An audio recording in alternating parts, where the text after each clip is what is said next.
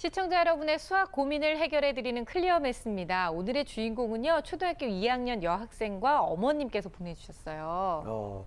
어떤 고민일지 또 기대가 되는데, 네. 뭐 초등학교 2학년이면은 이제 뭐 집에 관심을 갖다가 이제 세상에 조금씩 관심을 가질 나이가 됐거든요. 그리고 요즘 아이들이 조금 조숙해요. 그래서 아무래도 고민은 요즘에 그 전셋값이 너무 올라서 고민이에요. 이것 때문에 수학이 잡히지가 않아요. 이런 게 아닐까. 그냥 네. 제가 얘기할게요. 어머님이요, 맞벌이 중이신데요. 네. 이제 초등학교 2학년이니까 이제 앞으로 점점점 이제 수학 과정이 더 어려워질 텐데 내가 수학 사교육을 어떻게 하면 좋을까? 이게 고민이라고 말씀하셨습니다, 사교육. 선생님. 초등학교 2학년 정도는 그냥 학교 교과서를 이해하고 문제집 한 권 정도, 그리고 그 외에 독서를 풍부하게 하는 게 좋아요.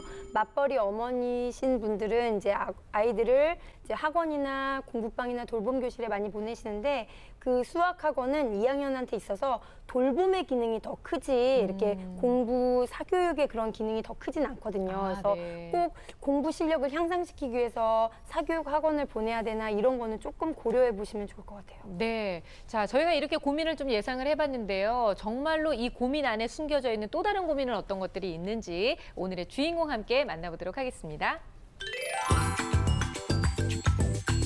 오늘의 고민 사연을 들어보러 울산으로 떠나볼까요?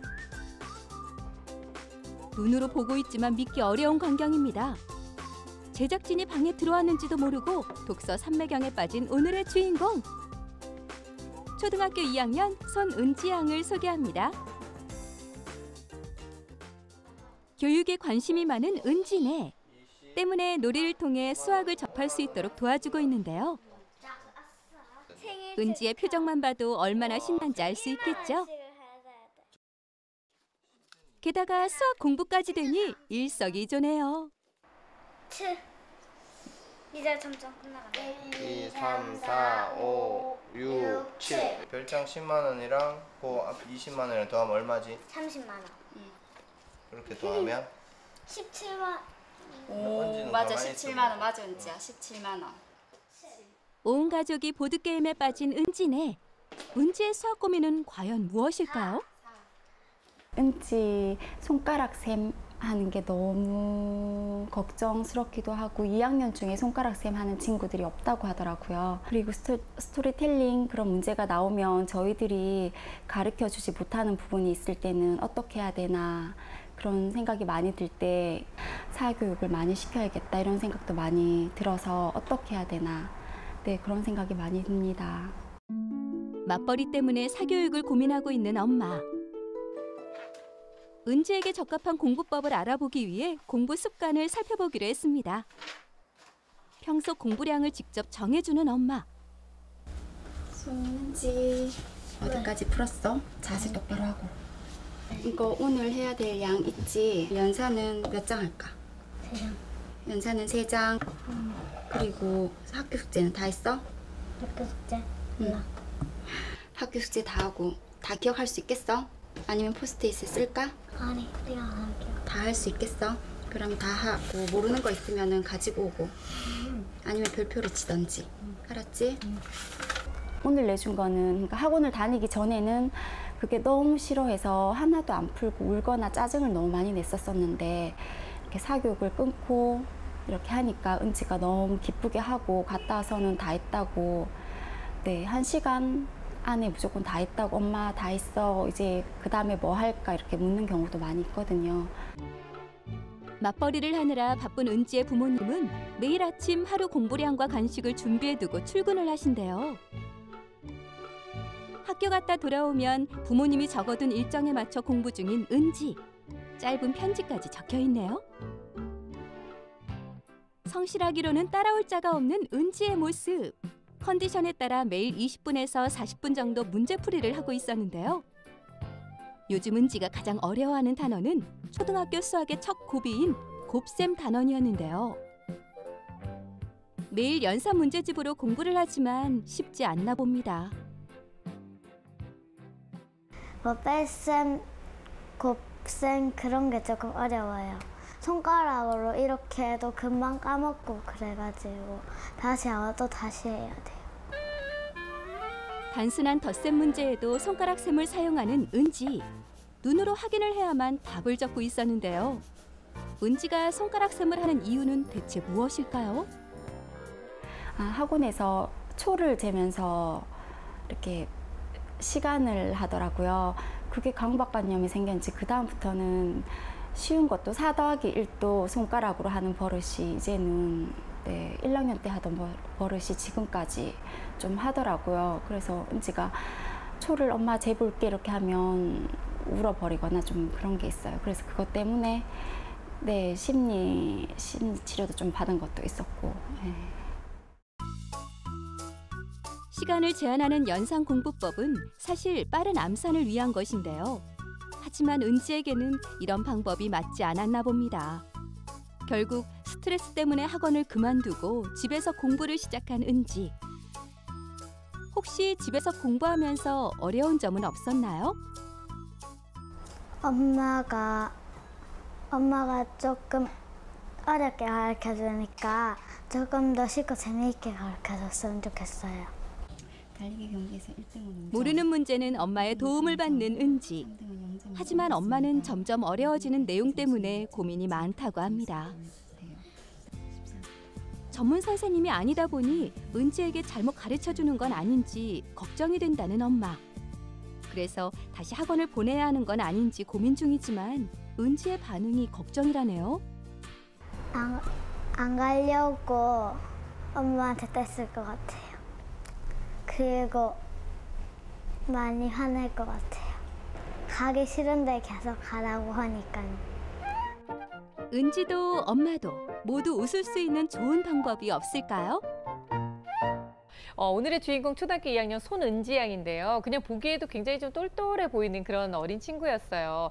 앞서 말씀드렸던 것처럼 어머님이 이제 맞벌이를 하고 계시기 때문에 어떻게 하면 수학 사교육을 올바르게 선택할 수 있는지 궁금해하셨고요. 그리고 또 한 가지가 바로 손가락으로 지금 셈을 하고 있다는 겁니다. 근데 이게 4 더하기 1도 손가락 셈으로 하고 있으니까 어머님 걱정하고 계시거든요. 근데 그 원인을 학원에 보냈었는데 초를 재면서 연산을 했던 것이 혹시 아이한테 너무 큰 부담감으로 작용해서 그러는 건 아닐까라는 걱정을 하고 계세요. 아무래도 연산은 이제 생명이 신속 정확이잖아요. 그렇죠. 그러다 보니까 이제 연산 실력을 향상시킬 때 초를 재서 문제 푸는 것을 확인하는 학원들이 좀 있어요. 근데 은지 같은 경우는 이제 다른 친구들은 다 그 시간에 맞게 풀었는데 혼자서 못 풀었던 부정적인 경험이 있든지 아니면 내가 푸는 방법을 알고 있는데 시간을 째깍째깍 재니까 괜히 긴장감이 너무 들고 긴장되죠. 그 압박감이 들어서 풀지 못했던 그런 부정적인 경험이 있었던 것 같아요. 그래서 이제 손가락으로 셈을 하고 있는데 이거는 절대 안 되거든요. 그래서 우선은 손가락 대신 다른 대체 그림을 줍니다. 그러니까 네. 27이면은 강아지를 27마리 그리는 거죠. 연필로 그리는 거죠. 그럼 103마리면 103마리를 그리나요 하는데 네. 처음에는 그려야 돼요. 손가락보다는 낫거든요. 진짜로요? 그리고 그 다음에 이제 36을 그릴 때는 강아지를 36마리 그리는 게 한 마리 아니라 그리면 되겠네요. 30을 하고 6마리는 강아지로 그려요. 네네. 이런 식으로 점점 그림에서 숫자고 그림, 기호로 바뀌는 방법을 하면서 단련이 되면 훨씬 더 손가락보다 수월하거든요. 네. 얘는 많이 불안해요. 그거를 좀 치료해주고 이제 아이를 안도시킬 수 있는 방법을 제시해주는 게 아주 필요합니다. 네. 이 과학자의 꿈을 가진 우리 은지가 이 수학 때문에 고민하는 모습을 보니까 그러니까요. 너무 애처로워요. 그리고 아까 사실 어른이 되면은요, 막 이게 뭐 초를 재가면서 이렇게 연산할 일이 없어요. 없어요. 맞아요. 그래서 일단은 이 시간에 대한 두려움을 없애줘야겠다. 그래서 은지 같은 경우는 아예 뭐 4 더하기 1을 하루 동안 풀어. 막 시간이 널널한 거 막 밥도 먹다가 막 TV 보다가 막 하다가 아직도 시간이 5시간이나 남았네 하면서 이렇게 여유 있게 시간에 대한 완전한 두려움을 극복하고 나서 공부해야 된다. 아니 그냥 차라리 강아지 103마리를 그리라고 하세요 그냥. 그냥 하루 종일 그리다가. 선생님 이런 방법도 괜찮은 방법인가요? 어떠세요? 좋다고 보긴 힘든 거.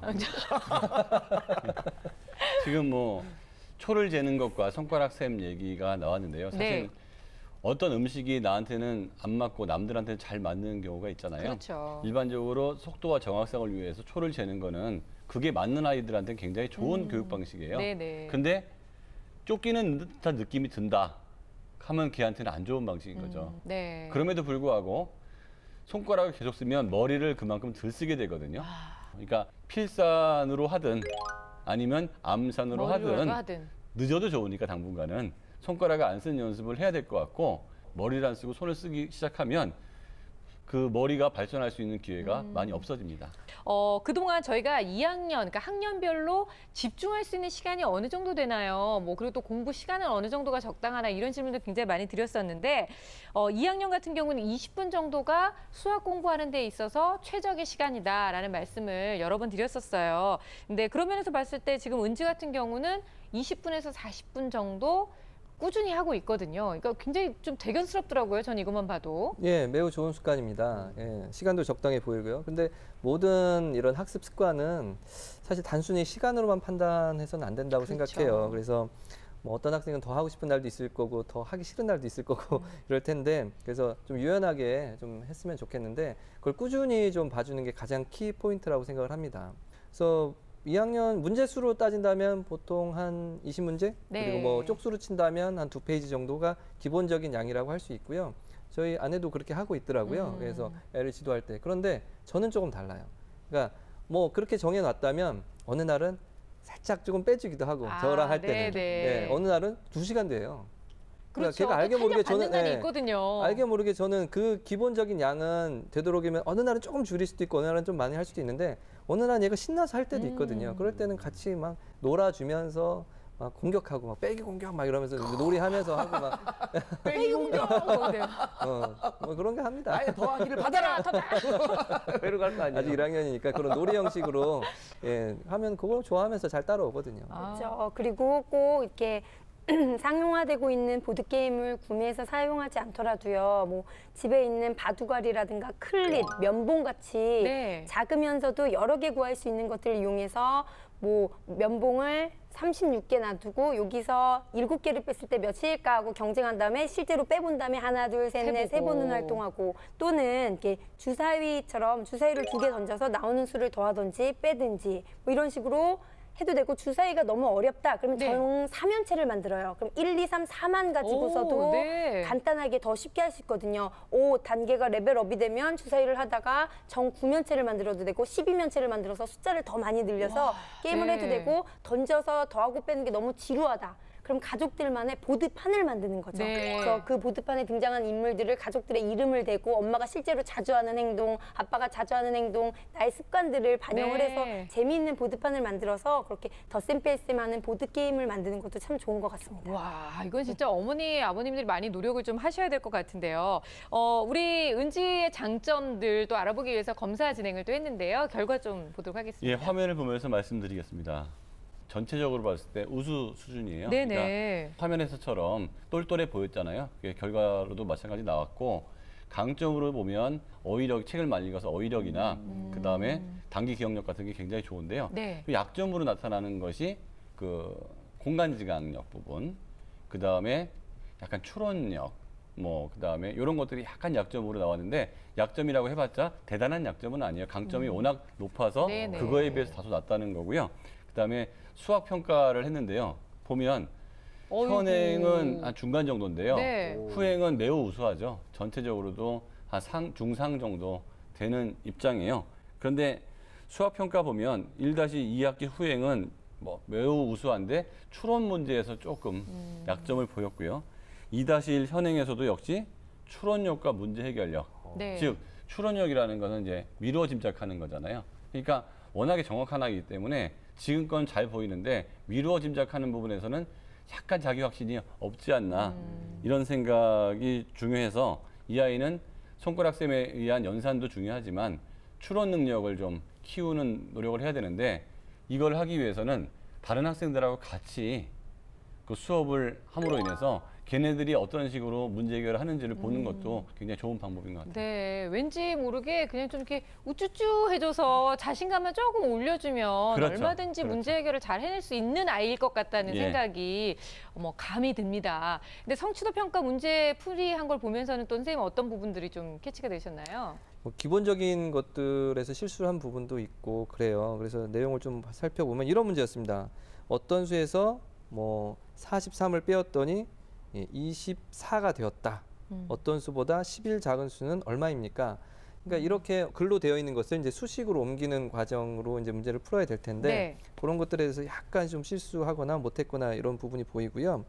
뭐 또 이런 문제도 있었습니다.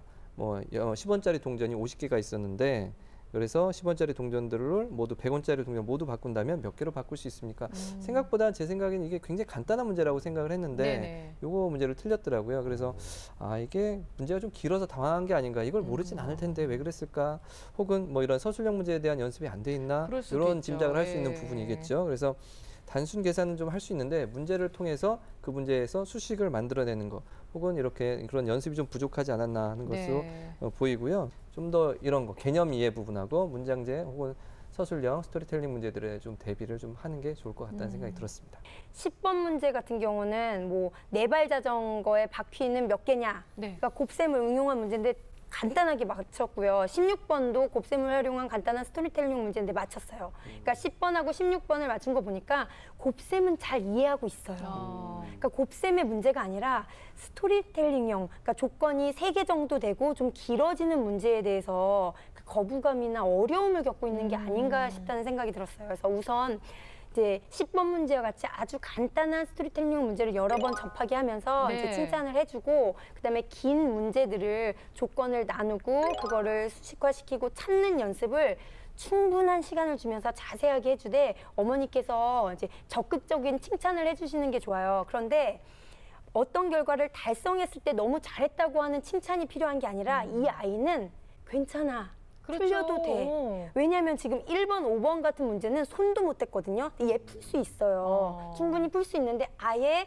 나는 못 풀어, 이건 안 돼 하고 건너뛴 거거든요. 네네. 1번 문제를 이렇게 똑똑한 애가 건너뛰었다는 건 굉장한 문제가 있어요. 괜찮아, 틀려도 돼라는 이런 자신감을 아주 용기를 북돋워둘 필요가 있습니다. 네, 그러니까 틀리는 것에 대한 자신감이 지금 없는 거잖아요. 틀릴 용기가 지금 없는 건데 어머님께서 틀려도 괜찮다는 걸 꼭 많이 인지를 좀 시켜주셨으면 좋겠습니다. 틀려도 되는 용기는 좀 제가 알려주고 싶네요. 그래요, 맞아요. 누구한테 두려움이 얘기하고 없으니까 맞아요. 틀리는 거에.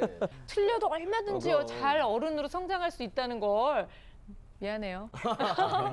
어머님이 상처받으시겠네요. 자, 엄마가 지금 가장 걱정하고 계시는 이제 사교육에 관련된 이야기를 좀 함께 나눠보려고 하는데요.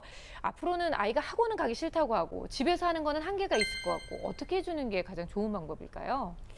지금 은지 같은 친구는 엄마나 부모님이 가라고 하면 네 하고 갈 스타일이거든요. 근데 거부를 한다는 건 진짜 싫다는 거예요. 네. 그래서 2학년 동안은 학원을 안 보내시는 게 좋을 것 같고요. 그러니까 인터넷 강의 등을 통해서 이제 자신이 인지를 하고 공부를 하면 좋을 것 같은데 2학년, 초등학교 2학년 인터넷 강의는 개수가 많지 않아요. 네. 이제 뭐 일부 사설 학습지에서 나오는 그런 수학 동영상도 있고 교육방송에서 뭐 제공하는 동영상도 있고 뭐 교육청에서 제공하는 동영상도 있는데 그 세 가지 종류를 한번 이렇게 샘플 강의를 보시고 아이가 재밌어하는 것을 찾아서 보도록 해주시고 제가 봤을 때는 아이가 굉장히 똑똑하고 좋은데 문제점은 손가락쌤을 한다는 거거든요. 이거는 이제 문제적인 행동인 건 맞아요. 네. 근데 어머니도 걱정하는 것 이상으로 은지 스스로도 알아요. 그렇죠. 자기가 왜 이걸 하고 있지? 하지 말라고 했는데 그러니까 얘처럼 모범생인 아이는 되게 스트레스를 받으면서도 자기도 모르게 손가락쌤을 하거든요. 그래서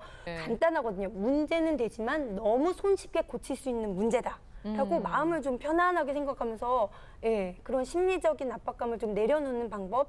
그러니까 뭐 예를 들어서 10문제를 푸는데 다 틀리기. 네. 대신 빨리 풀기. 뭐 다 틀리기 해서 오, 다 틀렸어. 다 틀려. 비가 내리고 이런 식으로 뭔가가 좀 편안하게 다 틀린다고 잡혀가지 않거든요. 아유, 아무 일도 안 예, 일어나요. 아무 일도 네. 아니에요. 김일희 씨 보세요. 아무 일도 안 일어나요. 네. 여기 들어보니까 저도 이제 은지가 이제 혼자 공부하는 게 낫다고 생각하는데 일단 이제 2학년이니까 손가락 계산하는 거를 이제 완전히 버려야 된다. 그래서 이걸 고치기 위해서는 일단 반복 훈련이 중요한 것 같아요. 네. 그래서 계속 그냥 하면 편하게 하면 안 되고 4 더하기 1은 5, 4 더하기 1은 5. 그래서 이걸 하루에 100번 하면은 힘들거든요. 그래서 암산을 하게 됩니다. 어느 순간부터는 보면 그냥 이거 온대 이렇게 된단 말이에요. 그래서 이 훈련을 하면 건강해지죠. 뭔가 묘하게 설득력 있는 것 같아요, 선생님. 네. 현재는 은지 상태가 사실은 수학이 싫은 게 아니라 학원이 싫은 것 같다는 생각이 좀 들거든요. 네. 그래서 수학 이렇게 이런 상태가 길어진다면 수학도 싫어질 가능성이 있어요. 그렇기 때문에 그런 방법을 좀 새롭게 모색을 해야 된다고 생각합니다. 그렇네요, 진짜. 저는 대학생이라든지 아니면 이렇게 좀 집으로 오셔가지고 개인 지도를 해주는 방법이 은지에게 더 맞는 방법일 수 있다는 어떤 제안을 또 드리고 싶습니다. 네, 은지한테 맞는 좀 상냥하고 친절한 선생님을 구해보시는 것도 그게 바로 지금 현재 엄마가 해주실 수 있는 가장 큰 역할이 아닌가 싶어요, 선생님. 이 아이의 문제는 별로 없어요.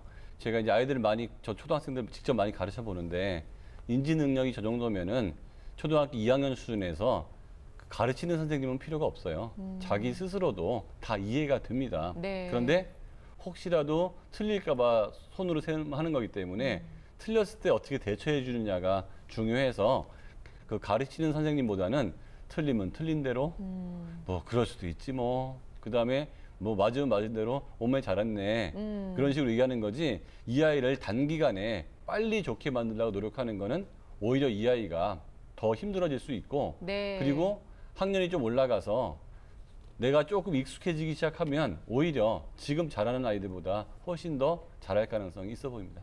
저는요, 오늘 은지의 경우에서는 딱 떠오르는 게 치어리더가 필요하다. 이런 생각이 들어요. 뭐 잘 가르쳐주는 선생님, 또 잘 지도해주는 부모님보다는 좀 그냥 궁디 팡팡 해주는, 그래서 넌 뭐래도 다 잘하고 있어 라고 칭찬해주시는 분이 필요하지 않을까 싶습니다. 자, 오늘 초등학교 2학년 은지 양의 고민을 함께 나눠봤는데요. 여러 가지 솔루션들이 나왔는데 그중에서 꼭 놓치지 말아야 돼 전문가 선생님들의 결정적 한방 들어보겠습니다.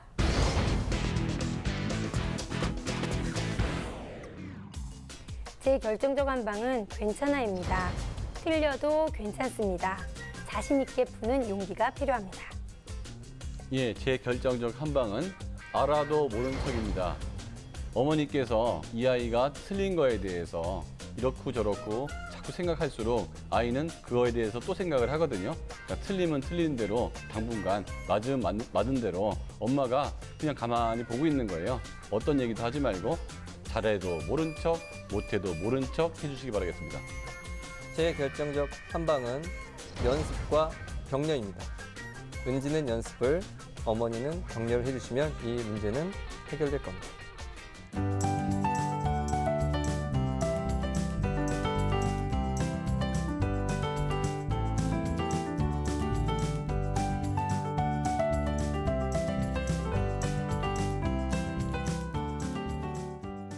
네, 이리 씨의 결정적 한방 네. 궁금하네요. 네, 제 결정적 한방은 바로 이겁니다. 오, 달걀이요? 예.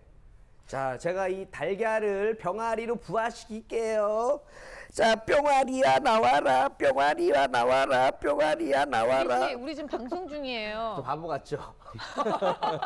하지만 이 모습이 우리 위대한 과학자 에디슨의 어렸을 때 모습입니다. 그렇죠. 달걀 부화시키려고 하고 학교 다닐 때는 또 공부 못한다고 친구들이 놀리고 선생님도 뭐라 그러고 하지만 열심히 공부해서 위대한 과학자가 됐는데 네. 또 과학자의 꿈을 또 은지가 갖고 있잖아요. 우리 에디슨의 이런 위인전을 좀 읽으면서 자신감을 가졌으면 좋겠습니다.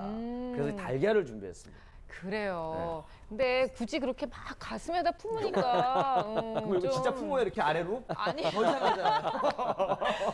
보기가 참 그렇네요.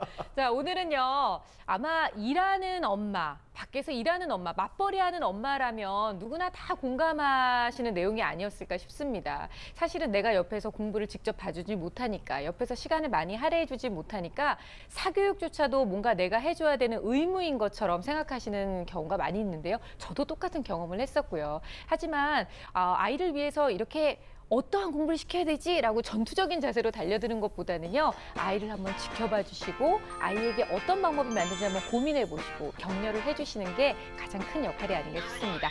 저희 수다학은 다음 주에 다시 찾아오도록 할게요. 고맙습니다.